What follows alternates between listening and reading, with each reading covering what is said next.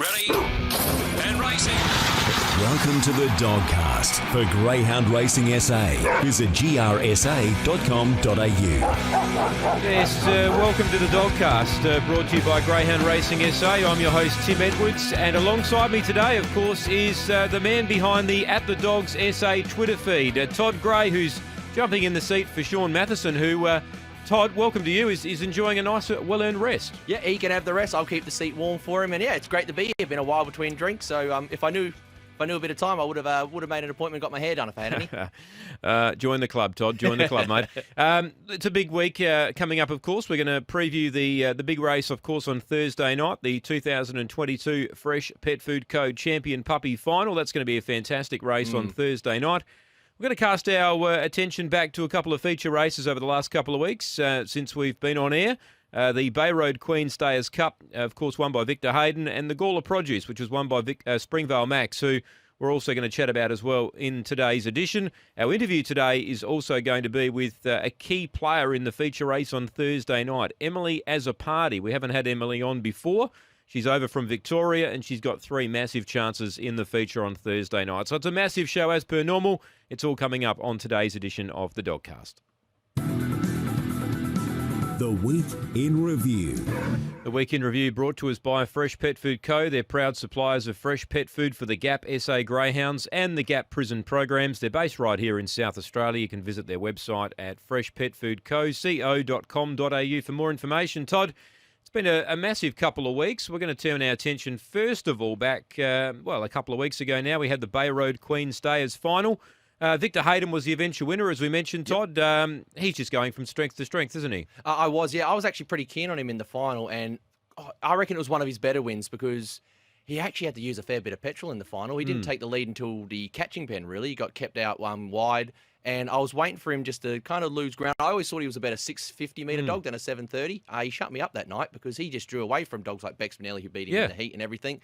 And yeah, the amount of work he had to do early to draw away like that, yeah, he was great. And I think he only ran a place.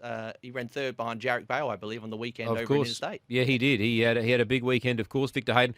That race, of course, the Bay Road Stayers final. There's a lot of talk about the Manelli dogs being able to win that race, but they were a little bit disappointing in that final, I think, to be honest. Yeah, I think Bex Manelli had every chance to get Hayden, and I don't think it was Bex Manelli went like worse or anything. I just think Hayden really surprised me. Like I said, how he still had that strength the last 100. And Lashes, I just didn't like the draw for Lashes in the final. I was waiting for her to stoke up, and she never really did in the final.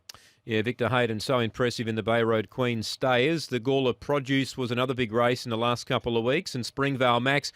How he found the rail from the position he was in, Todd, I was a little bit shocked mid-race, but when he found the rail, it was a bit like a month ago at Angle Park when he found the rail and just burst through, and he just looked the winner down the back straight. Couldn't agree with you more. If you could bet in live running, that first 20 metres or so, you did not want to be on him at all. Look, you can train a lot of things into a dog. You can't train field sense and just field craft, which he has in spades. I did not like at all where he was going to be on that first turn. And then you kind of saw him he just saw a gap. He popped in just before there was trouble on that first turn. And then just going down the back, when the 1 stayed wide, it ran the 6 off. He saw a gap and he just took it. Yeah, that's just great to see. That's just racing, just racing sense. It is. It is Springvale Max. And he's done a wonderful job this preparation for Gavin Harris. He's been electric in most of his starts that he's been in, and good to see him continuing to win that Gawler Produce feature final. Stout Manelli, we know much about him. Of course, he went over to Victoria recently, winning the Group 2 McKenna Memorial. He was a bit flat in South Australia, but since he's gone to Victoria, he's found a new lease of life. Yep, second wind, going great. I didn't know he was over there until one day. I think it was on a Wednesday when Gawler was on. They had a Sandown meeting on. They said his name. I watched him. He ran an okay third. And then next thing you know, I found out he won his heat. He was in the final. And he was never really in much doubt in the final. I reckon he was brilliant. Not that I knew a heap about the dogs he was running against, but he was impressive. Yeah, sometimes dogs can do that. They, of course, come to South Australia and get a new lease of life, or they go to Victoria or go to another state and again, get a new lease of life. Yep.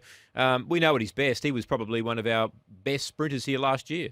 Yeah, I would call him that he was the best. For a good 3 or 4 months, he was just the king. He dominated. Yeah. He just dominated SA. And it's just, they're funny animals. Just a change in routine or something so small as just, like I said, moving in a state, just moving house virtually, can just spark them up. And it's worked on Stout. Yeah, it has. And Bedrock Fred, we know Freddie's back here, of course, on Thursday night, but he ran second in the Group 1 Queensland Cup, and he loves it up north, doesn't he? Yeah, I think he's going to be nice and short on Thursday. But what what can you say? He was just absolutely brilliant. And even though he got defeated last start, he was a very gallant second, and a couple more strides, it would have been a photo finish. He would have been right in it. Yeah, it really does. It gets the old heart, heart warm watching the SA dogs just dominate interstate. And look, he was going well here, but I think he's just a better dog in Queensland. I know he goes well here in South Australia, but in all the races we've seen of him in Brisbane, he's just been brilliant. It's funny how SA dogs can do that. Like we know, like when the truck went over there a few times as well. It's just I don't know if it's something to do with the track or something in the water over there, but it's great to have him back in SA, and I think he's going to dominate the ranks over there. But if there's another feature, I'd be heading back. He comes back at the right time. It's not a strong staying group of dogs here at the moment in South Australia, so he might be winning a few Thursday nights in a row. We had the champion puppy heats last Thursday night. They're our young dogs, I guess, competing, and the champion puppy final will be on Thursday night. Heat number 1 was taken out by Yankee Costanza. It ran 30 and 89 for Ben Rawlings. He defeated Melissa Keeping and Electra Teddy. For mine, Todd, he was a little bit tardy early, but he had enough brilliance to push hard early and find the lead. He wouldn't want to do that in the final. No, can't afford to really. Well, not really. Needs to ping in the final. I found with all the finals, none of them really pinged the start. They all went in like the low 530s to the post and everything. I can say with the Costanza, obviously not real seasoned over the 500 metres yet. Think it will improve there, but will definitely need to be at his best to get across for mine. Yeah, Melissa Keeping had every chance in the race. Yep. Electra Teddy just continues to race well for Jason Dolan. And, of course, heat number 2, we had Emily Azzopardi come to the party here with Angus Keeping. He ran 30 and 71. He was awkwardly away, but, he got a beautiful run over to the fence early on, and that won him the race, really. I'm not sure if he'll get that much luck in the final, but if he does, he's drawn the inside. He's going to be hard to beat. 58 ran second and Queen of Scots ran third. But Angus Keeping, everything fell into place for him. Yeah, very similar to how we were talking about with Springvale Max earlier. Just you did not want to be on Angus the first 10 or 20 metres. And then just this surge he had between the virtually the winning post to the catching pen, got himself from 4th or 5th into a very prominent second behind Queen of Scots, who stayed a bit wide, took the rails. If he didn't have box 1, I think he'd be almost a risk in the final, but he's just come up with the ideal draw. And now that he's had a race start on the track, should just improve leaps and bounds. Yeah, you'd think so from the inside. We'll chat to Emily a bit later on. Russia's Roar was impressive. It ran the quickest time of the heats there, 30 and 48. Began really well from box number 8, pushed hard, found the lead. Monique Keeping liked her in defeat. She ran on well, should be better for the run. But Russia's Roar is one of those dogs at the moment that... he was a little bit disappointing 2 starts ago. I tipped him that night. I thought he was a good thing, but he let me down. But since then, he's gone on and he won well last start. I'm not alone then in thinking this. I find very hard dog for me to catch Russia's Roar. I always do think box 8 at Angle Park over to 530 is a bit of a sticky box. He put that to rest because he pinged, and just that muster. 530 to the post again, fastest out of the 3 heats. Can go better, but a bit harder in the final. Needs to ping like that again. Can't fault from that draw in the final. Yeah, we had 3 heats. Who was the most impressive out of the 3 heat winners? I know Russia's Roar ran the fastest, but to your eye, who was the most impressive? Oh, believe it or not, the dog that kind of stood out to me a little bit, and it was Bolter's odds in the heat and Bolter's odds in the final, was a dog called 58. I know it ran second and all that, but it's never really shown me too much around the circle. Very good up the Virginia coursing straight track, pretty handy up the Murray Bridge straight. It was the dog which kind of made me sit up and go, hold on, 58. This is a bit of a straight track 58 we've seen. So even though it didn't win, it was the dog that kind of leapt out for me. He's going to be up against it in the final, but obviously he's going to drop back after that. But besides that, I just did not think Russia's Roar could get across from the 8. I know it's the fastest time, but I did not like it. I did not like it at all in the heat, and shut me up nice and quick. Yeah, we'll talk about the final and the preview coming up, but it certainly does look a terrific final there on Thursday night. So that were the 3 heats last Thursday night, and of course we touched on the Bay Road Queen Stayers and the Gawler Produce. That was the week in review, and as always, brought to us by Fresh Pet Food Co. They're proud suppliers of the GAP SA Greyhounds GAP prison programs, and they're right here in SA. Look them up, freshpetfoodco.com.au. The Preview. Preview, as always, brought to us by the SA Greyhound Tips Twitter feed. Free tips for all SA Metro Greyhound meetings. You can get on board as always. Search at the Dogs SA and get on board. Gamble responsibly. Toddy's our man for the tips every day of the week on the Twitter feed, and no doubt he'll have a few winners for Thursday night. Todd, before we touch on the feature race Thursday night, we look through the program. It's a 12-race card, as per normal on a Thursday. Some interesting races. The first event, the Stayers, as we mentioned, Bedrock Fred's back in town. He comes up against Bex Manelli, who we know he's got the ability. And New Year Tears and Me Say You are both dogs that just grind away. Yeah, actually, Me Same You, I've liked its few runs up at the Murray Bridge and all that. Yeah, look, he's going to be tomato sauce, long odds on for mine. I'm looking forward to seeing what he does when he comes back here. No, we got Bex Manelli, I think, is pretty much a lock for run second. And no disrespect to the other two. New Year's Tears, the track record holder. Probably lead out of the boxes for my New Year's Tears. And Me Same You, I want to see what it does first up as well. I'll be watching that one. Another couple of interesting races. We see race number 4, Sunset Toxic. He's going really well. He's got that early pace to find the lead. And in that race there on Thursday night, it brings together an interesting lineup because Fly for Tricks, we know at his best, he's top liner. Shall Not's got really explosive speed but goes up in grade. And then you got Mr. Ticket and Scorching Sun, who are not out of that race either. No, you can make a case for all of them. Even a dog called Aces of Trumps in box 1. I know it's last start, a little bit disappointing, but before that at Gawler, brilliant. I'm looking forward to this race. This has got a lot of depth because Sunset Toxic, 30-20 last start, electric. But then you got Shall Not. Shall Not for mine is a very funny dog. I know when it first started racing, I thought, it's just going to be an okay little short course. I'll pick up a few dogs. It is just... Troy has done great with this dog, patience and all that. It's probably one of the best mid-race accelerators we have in SA right now. Then you got Fly for Tricks, got another lease on life. Yeah. And I want to see what Mr. Ticket does as well, because I reckon now it's had the extra 500-metre run under its belt, it's going to improve. Yeah, it looked impressive at Murray Bridge when it won a couple of starts ago, Mr. Ticket. That's a fantastic race. And then, of course, we see Victor Grosso come up in race number 5. He's back again after winning last start. He looks to be the class of the race, but he's drawn awkwardly. But as we've seen with Grosso before, he doesn't have to lead to win. No, he doesn't. And he should on paper get a good map into the race. 1 and 2, Queen of Fire, Run Like Jess. They're going to jump well. I think Queen of Fire is a lock to lead. Run Like Jess to lob second. He should use his brain and just kind of slot behind those two, let them take each other on, and then use his mid-race to kind of get around them and, be too strong. He'll probably get a little bit of 8 early by 4 and 6, which stay centre of the track. Yeah, out of the 12 races, what's your early thoughts there? What's your best at this stage? Well, what's jumping off the paper for mine a little bit is when we look through, I want to see how a dog called, obviously 58 in the final. I want to see if they can back it up for a more of a later race for mine.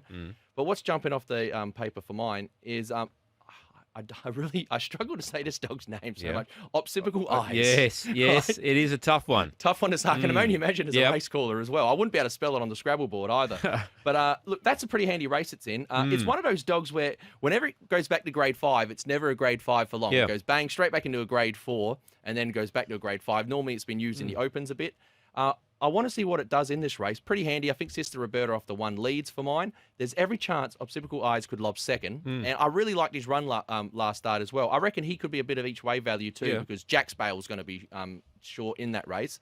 And really liked that first start. A little bit disappointing the second start. So that's kind of, I want to see what odds that goes up because I reckon that's going to be my little each way play early days. Yeah, well, he's one of those dogs, Occipital Eyes. At his best, he's quite good. And I've noticed in his last couple of runs, he just grinds at the same pace, but he doesn't let something get past him too easily. So he's going to be right there, no doubt about it. His best time is good enough to win that race. So that's a good little race too. I was pretty keen on John Dutton in race 11. I just feel he's ready to win.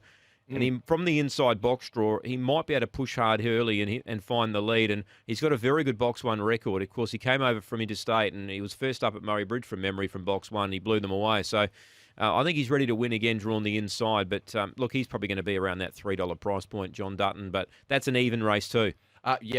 Completely agreed. Box 1 records is great. There's not a heap of pace in this race. There's every chance him and Victor Kurt are your pacemakers in that race. Velocity Comet, if anything, stays in the centre of a track. A little bit of a saloon passage there for John Dutton. Bruce McGlenn's probably going to be the other chance in the race. Bit of a drop back. And there's a dog I still haven't quite figured out in this, Closer to Rain. Yeah, she looks impressive. Yeah, I haven't quite completely figured her out yet. She was okay at Murray Bridge, but I don't know if she saw the track before that. No. She's seen Angle Park, very nice at Gawler. Dog I need to watch a little bit more there. But yeah, I reckon you've hit the nail on the head of that one. Yeah, her Angle Park win was brilliant, Closer to Rain. Yeah. And then, like I said, she went to Murray Bridge. And look, some dogs just don't like the track up there, so perhaps she's in that case. Let's have a look at the feature, race number 8. Let's have a look at the field here. The Fresh Pet Food Co. 2022 champion puppy. Angus Keeping's come up with the red. 58's come up with box 2. Queen of Scotch in 3. Melissa Keeping in 4. Monique Keeping in 5. Yankee Costanza, box 6. Finis Redeem, 7. And Russia's Raw, box 8. The reserves, Electra Teddy and Dashing Deb. So we look at the race and the first thing that springs to my mind is Angus Keeping darting to the rail in that heat, and now he's got the rail. Is he quick enough to lead, Todd? Well, I reckon he's going to. I don't think he's going to lead out of the boxes, but he's got every chance to get just a nice passage there. 58, as much as I was saying it was a nice run, probably one of the slowest beginners in this field. And Queen of Scotch jumps well, stays wide. He's going to have every chance to rail through. And exact same, if you put Angus Keeping in the guts, put it where Melissa or Monique is, I'd say it was a good risk, but it's got the perfect draw. It is my on-top selection in the race, purely based off the draw and just from what I saw, just surge. That's the only word I can use is surged in the heat, just to go from no chance to locked home and hosed. I think the box draw is the reason why Angus Keeping's my on-top. Yeah, Queen of Scotch can ping on her night as well, so she's a rough chance of clearing them. And then Yankee Costanza, you can't rule out Ben Rawlings' dogs in feature finals. They have a knack of just coming out running on the finals night, and we know he's got a bit of speed. So he was a bit off in the heat, so he might ping in the final. Now, if he led, can the others run him down? Well, it'll be interesting to see. I know Queen of Scotch kind of gave up the lead a little bit quick last week, but she is better than that. And Rush's Raw, I don't really know too much about Rush's Raw from behind. At the moment, he seems to be either brilliant, Sydney or the Bush kind of type. And Angus Keeping, I do think, could run down Yankee Costanza if it lobs second. But I do think Yankee Costanza is the reason why I don't like the Azzopardi's other two runners. I think it's going to cut off Monique and Melissa straight away at the start. I just don't like where they're drawn. Angus got all the favours. The other kennel mates did not, because Queen of Scotch will jump well, stay wide. Yankee Costanza will jump well, cut in. I think they're just going to be the meat in the sandwich. All right, and you'd be happy to take on Rush's Raw from box 8? Well, yeah. Well, I was happy to take it on last week, and like you said, it shut me up nice and quick. I am happy to take on Rush's Raw. I am going to put it in for second, just because. Well, 30-48. I repeated that, it'll win. Yeah. I just don't know if he can get across two times in a row, especially when there is a little bit more speed on the inside with Yankee Costanza. Finish redeem, not the worst, and then obviously dealing with Queen of Scotch on that first turn when she moves out. Yeah. I am going to take on Rush's Raw a bit. I'd say can win. I'm not risking her. She can win. Yep. But I'm not going to be on her. All right. What's the top 4 for you in the final? I'm going to go number 1, Angus Keeping. I have to put Rush's Raw in for second because I know it is probably the best dog in the race, 30-48. I am going to slot in 58 in for third just for the multiples as well, because I think no reliance on leading or anything like that. We'll probably get a nice little rail sit. And I just want to see if last week was a bit of an anomaly, how its run was. And I will put Queen of Scotch in for 4th. I like Queen of Scotch. I made her my dog to follow last month. She's been going great. Little bit disappointing in the heat. But like I said, she can come out under the lids at her best. And if she does that, she is good enough to really test these. 30-55 is her PB. That'll go just about close to winning this if the 1 or the 8 don't lob right behind her. Yeah, okay. So you're with the 1. I'm with the 1 as well. I'm going to stick with Angus Keeping because I just think, the way he dived to the rail last week. We'll chat to Emily Azzopardi shortly, but I think he's the one to beat. I thought if there was going to be an upset, it might be Monique Keeping. I like the way she closed off last week. And with that run under her belt, if she can get a bit of luck early from where she's positioned, if she lobs sort of 3rd, 4th down the back, she'd be a good chance of a run on, strike from where she's at. So I thought she was probably the value in the race. But I'm with the Emily Azzopardi kennel. I'm with Angus Keeping. As I said, we'll talk to Emily shortly. Your best, Todd, race 9, number 5 each way? Yeah, I think it could be. I think it's going to be a bet than nothing each way for mine. I know you only got the 2 dividends there, but I really like what I've seen. Just the last few, and this is only a mixed 4-5, so not the strongest. But yeah, I do. Optical eyes, if I can ever say it properly. Yeah, I do. Each way for mine. All right, you're on race 9, number 5. I like race 11, number 1. That's the preview. We look forward to the big race there on Thursday night. It is race 8. It's a 12-race program. The Champion Puppy Final looks to be a brilliant race. It's coming up Thursday night. The interview. Yes, the interview this week is focusing on the Fresh Pet Food Co. Champion Puppy Final, and that is, of course, on Thursday night. And Emily Azzopardi has been kind enough to give us some of her time to focus on her runners in the final on Thursday night. Hello, Emily, and welcome to the Dogcast. Hey, guys. Thanks for having me on. No worries. No worries. We thank you for giving us some of your time. Now, you've got 3 runners in the final on Thursday night. Did they all perform up to your standard last week? Angus Keeping, Melissa Keeping and Monique Keeping? Yeah, we were happy with all of their runs. Normally they're all much better out of the box. They're all a bit tardy away on Thursday. So we're hoping it was just, having a look at the different boxes and that they can sort of be back to their normal jumping style for the final. But they were all definitely very tough runs, especially Angus. I really like the way he pushed to the fence. And, yeah, he was definitely the most eye-catching one. Yeah, before we talk on these runners, where have they been for the last week? Did they stay in South Australia or did they head back to Victoria? No, we brought them straight home. Just wanted to give them as normal week as possible just because they're so young and sort of new to it. So we just drove them straight home and we'll bring them back up for the final. Okay. Now, Angus Keeping, you mentioned him before. He's come up with box number 1, and Todd and I were just saying a moment ago, from what we saw in the heat, the way he dived over to the rail, he's going to be perfectly positioned here in box 1. Yeah, I was rapt to get box 1. Early on in his career, he used to sort of be a bit field shy and sort of tend to want to stick to the outside and sort of do it that way. But since he's just racing with such good confidence at the moment and, yeah, really hunted for that fence. So, yeah, we were definitely rapt to draw the red for the final with him after seeing that. Do you think he can lead, Emily? If he jumps his PB at Sandown, he's consistently put up 5:09 sort of first splits, which is going pretty good. So if he could produce a beginning like that, I think he could definitely lead it. Just got to hope that we can push up inside. I mean, Queen of Scots from the 3, she's very quick out, but sort of likes to sit off the rail a little bit. So if he could hunt up inside her, I'd be right. All right. What about Melissa Keeping? Now, she ran second last start. She looked to have her chance. Was she got some improvement in her from box 4? Yeah, for sure. She's the same sort of situation. She's normally a better beginner, but she's probably one of the runners that she doesn't really care where she lands. Like she'll just keep trying and trying. So I think to win it, she would definitely need to begin at her best. There's a few more with a bit more natural ability in it, but I don't mind her draw because, I mean, we've got Monique in the 5 next to her, and Monique sort of comes out and goes right for a couple of steps, so she should get plenty of room early. I was just saying to Todd a moment ago, I thought Monique Keeping probably looked to be the best value in the race. I like the way she closed off last week. Yeah, she's definitely a strong beginner. She last week probably suited her. I mean, she had a very good one in front of her, obviously, in the 8, but she's one that likes to sort of be out chasing something, and we think in the future she'll make a nice 600 bitch. So, yeah, if she can be close enough, she'll definitely finish off strongly. Well, her actual time last week was 30 and 74 in defeat, which I think was the 3rd fastest overall. So it actually was quicker than one of the heats.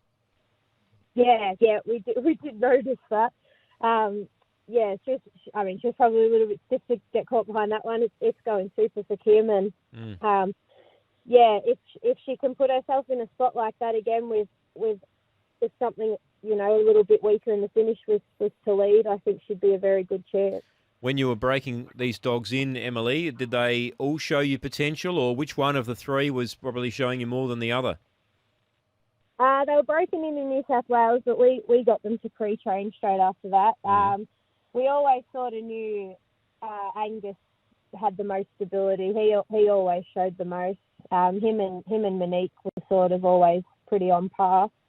Melissa's been our surprise. She wasn't showing much. We actually thought out of the litter, if there was one who's going to be going home to Charmaine and Stiffy, it'd be her. But she's just got a really great attitude and just tries her best. So she's sort of leveled up with them now, really. But out of just natural ability wise, it's definitely Angus, and now even race sense, he's just really turning into a nice dog. And how many greyhounds in the kennel for you, Emily, at the moment, training? For me, as a whole, or just me? Yeah, just yourself. How many's under your name at the moment? I think I've got 17, 18. Wow. I think. Yeah. So it keeps you busy, and of course your partner Matt's heavily involved as well. How many would he have? About the same. Yeah. We like to try and split it down the middle. Right down the middle, fair call. Yeah, exactly. Yeah. And it was probably only 12 months ago, nearly 12 months to the day, that you trained your first winner at Warrnambool. That must have been exciting. Yeah, that was a massive thrill. Yeah, I love Warrnambool, so it was good to get it there as well. And yeah, it's crazy to think how much has happened in a year. It feels like it's been a lot longer, but yeah.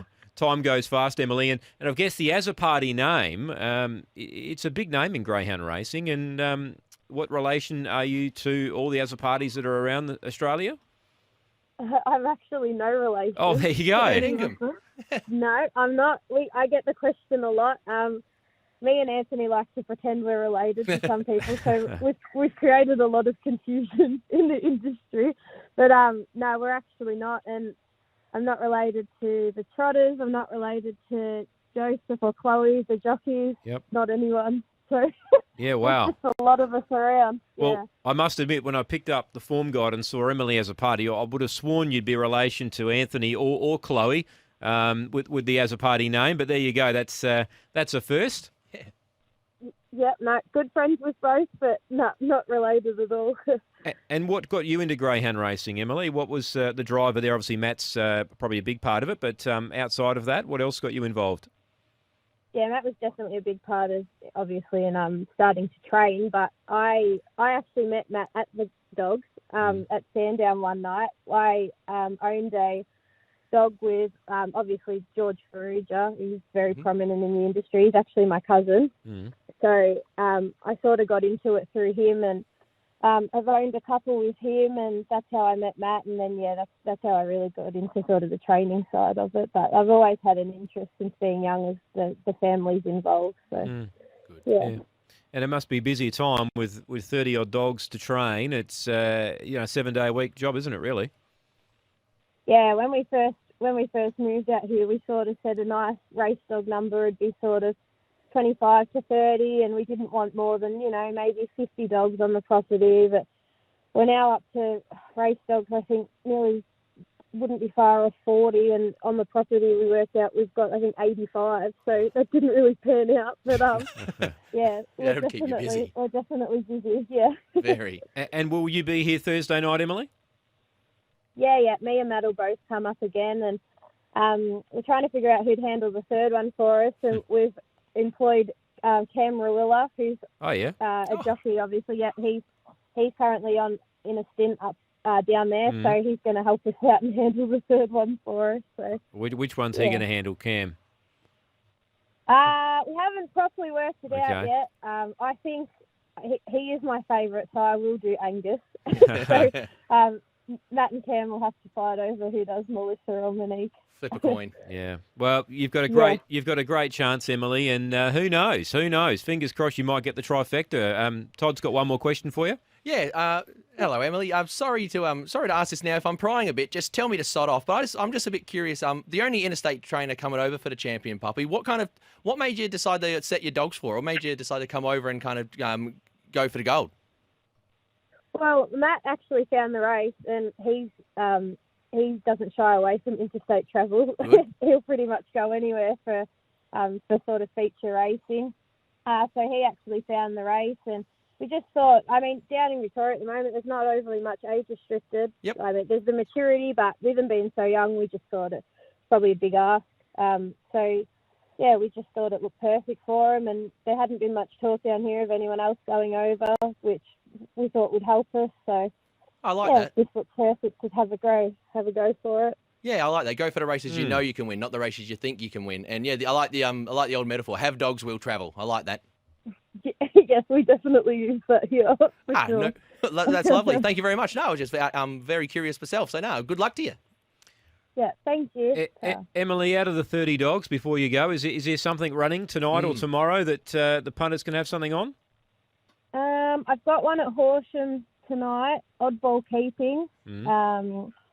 He's limited, but it's only grade 7. It looks like he's favourite, so he looks like I think he could win it. He's got box 7, but I think if he gets across, he could definitely win it. And then we've got at the Meadows tomorrow.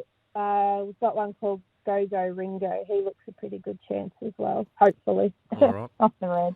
All right. Well, the punters might owe you a beer or something on Thursday night if those two get up. Emily, congratulations on having the 3 make the final Thursday night, and best of luck with the team. We look forward to seeing you on Thursday night. Lovely. Thank you very much. Thanks, Emily. Cheers. Emily Azzopardi there, our guest on the Dogcast. Todd, 3 great chances, and she seems like a lovely woman, and of course, her partner Matt, and they've obviously got a very busy time ahead with 35, 40 dogs on the property training at the moment. Yeah, absolutely. That is a decent number. A lot of this, the general people don't realise just how time consuming dogs are. You know, you only you get back what you put in as well. Yeah. I can't believe the shortest prize favourite of the night got beat. I can't believe she's not related to any of the Azzopardi. No. I would have had that in all my multis. As I said, when I looked at the form guide, I thought, well, yeah, she's got to be a relation to one of the Azzopardi's, but not to be. But she's doing a great job by herself with Matt as well. So yeah, it's gonna be a fantastic night Thursday night. You'll no doubt be there, Todd, and I'll be there as well and calling the action. So looking forward to bringing everybody action there on Thursday night. That's been another edition of the Dogcast. We'll be back in August, I think our next one is. So a couple of weeks off, and we'll be in the new month of August. So best of luck to everyone on Thursday night. Thanks a lot.